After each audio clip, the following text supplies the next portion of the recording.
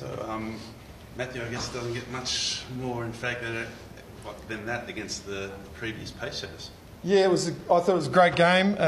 Clearly we kicked those couple at the end, which sort of stretched it out a bit, but two-goal margin late in the game and a couple of balls that went into D50 and it's getting a little bit apprehensive in the coach's box, but fortunately our defenders stood up really well and yeah, we finished out the game strong, so yeah, it was a good win. How significant is that result? I mean, North were heading into this game pretty much all guns blazing and sitting pretty at the top of the ladder. The competition's really even. I mean, even last week I thought the Melbourne North game was pretty tightly contested and probably could have gone either way. So we've been in that situation where we've played pretty well and got rolled. And obviously North, they've been in really good form, but I think they'll be aware that the competition's really even. Getting some pretty good momentum now, 4 in a row. Yeah. After a close loss in the first one. Yeah, absolutely. So once again, 7-game season, so there's not a lot of margin for error. We lost the first one. We've now put ourselves in a strong position, but equally, a couple of games to go. We've got to make sure we, get back to work come Tuesday. We'll give them a couple of days to enjoy it, but it's once again really even comp. We've got to try and stay on task. Were there any weaknesses in North that you identified before today? No, I think that was what was exciting about the game. I felt that both teams were really balanced across the board. I think, obviously Duffin had an outstanding game down back with intercept marks, so we knew they had some presence down back. Emma King coming into the game, 7 goals, so we knew they had some presence down forward, and then the midfield contest was always going to be hotly contested with the quality that was through there for both sides. So, no, I didn't see any weakness coming into the game. I thought it was going to be a great contest, and I think that's what happened. Phillips obviously spent a bit of time on Kearney as well. Were you happy with that matchup? Like let Aaron sort of take control of that? Yeah, there wasn't a specific matchup. It was basically the midfielders clearly aware of the quality that was against us, but wanted to try and play the game on their terms as much as possible. So at times it was Aaron, at times Ebony, and at times probably Anne as well. So a bit of a mix and match. Yeah. Watching today, it's really seemed the speed across the ground really stood out. Is that something that you really try to take into today and exploit North that way?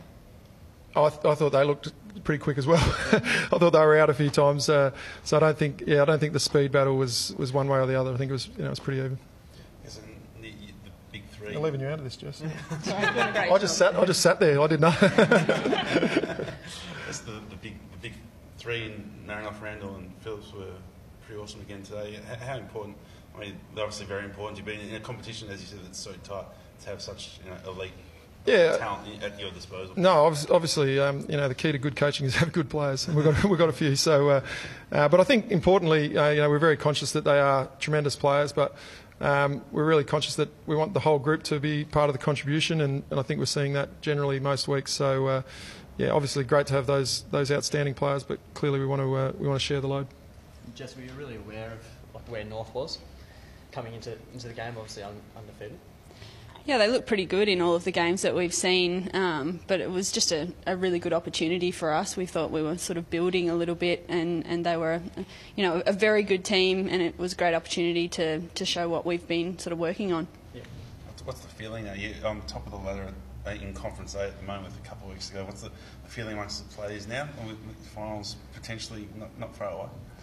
Well, after losing our first game by a point, you sort of very quickly can get brought back to the pack. So I think, in a way, losing that game has given us an acute awareness that we've just got to play game to game, probably quarter to quarter, in order to finish where we want to finish. I guess coming so close, I guess, last year to making the grade, because you came down for the last week against Collingwood, is that something that's still driving the group? Well, that's because we didn't have Jess.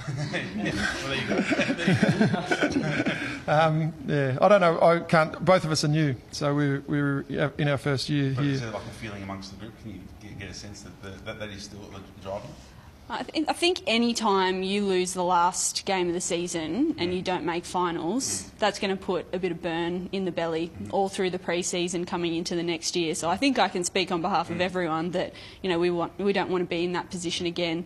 But as we said, losing that first game by a point, you've just got to come out each week with a new game plan and a new mindset, ready to win. There was a lot of talk played in Darwin last week. It was pretty hot and sweaty outside today too. Do you think that maybe even helped you, having that experience in the heat? We've played a few hot games. Yeah, it's footy's a summer sport, mate. Especially some of the women's. I mean, it may have helped us. You know, we played in sort of hot, wet conditions a couple of times, but you know, North were pretty tough today. It was a good game. I think at times it sort of sat in the balance, so they were prepared for it as well. Jess, was that you involved in the double 50-metre penalty? Yeah, let's ask that question. That's a good question. How much are you getting fined for it? Yeah, I think I will get a fine for that one. Not the best way to start a game and give them their first goal, but yeah, a bit of a brain fade, and thankfully that didn't cost us the game. So you were aware of the new rules, obviously? Yeah, look, I can't even really tell you what happened. Yeah. I think for this, like, the very smallest of moments, I thought she was playing on, and I thought I heard play on from the umpire, and then, yeah, that was clearly not what happened. And Matthew, just your take on that. Like, do you think that's a good rule? Look, it is what it is in some respects. I mean, it's slightly frustrating. We're on the receiving end. We've got a few too. So I'm not saying this because we missed out today, but ultimately it's when it's a great contest like today's, it's somewhat frustrating if those 50 metres are, you know, swing the game. But the rules are there, you know, abide by them, Jess. Yeah, but it is, you know, clearly you want to, particularly a great contest like this one, you'd probably like to see it played out on not on 50-metre penalties, but it is what it is. Yep. Congratulations. Thanks, guys. Thanks. Well done.